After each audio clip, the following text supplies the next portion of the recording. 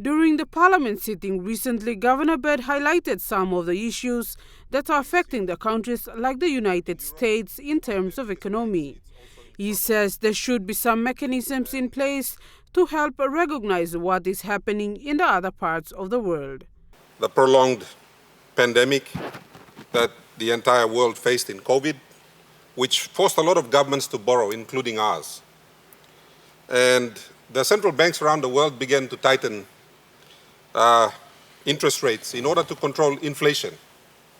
And I noticed in Papua New Guinea in the last few months, there's been a lot of concern by the public on the issue of inflation, and many Papua New Guineans don't understand why we are facing inflation in Papua New Guinea, and we somehow feel that what's happening in the other parts of the world should not impact us. We are concerned with DSIP and fixing things in our district and fixing things in our province.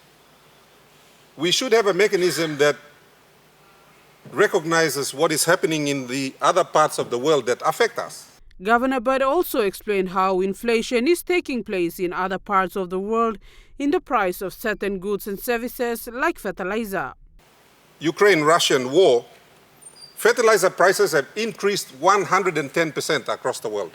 The two crops that rely heavily on fertilizer are rice and wheat. You will notice that this year the price of rice and the price of wheat globally has increased by 20%. Last year, some wheat producers increased prices by up to 160%. Now, I don't believe we should continue to bury our head in the sand and pretend that what's happening in the global economy will not affect us. We should be increasing local production so that we can offset some of these things that are happening globally. Now, our people in the towns and cities will feel this impact.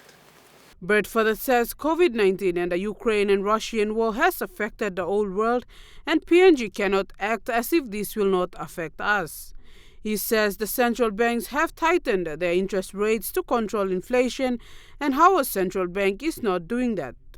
Samantha Solomon, National EMTV News.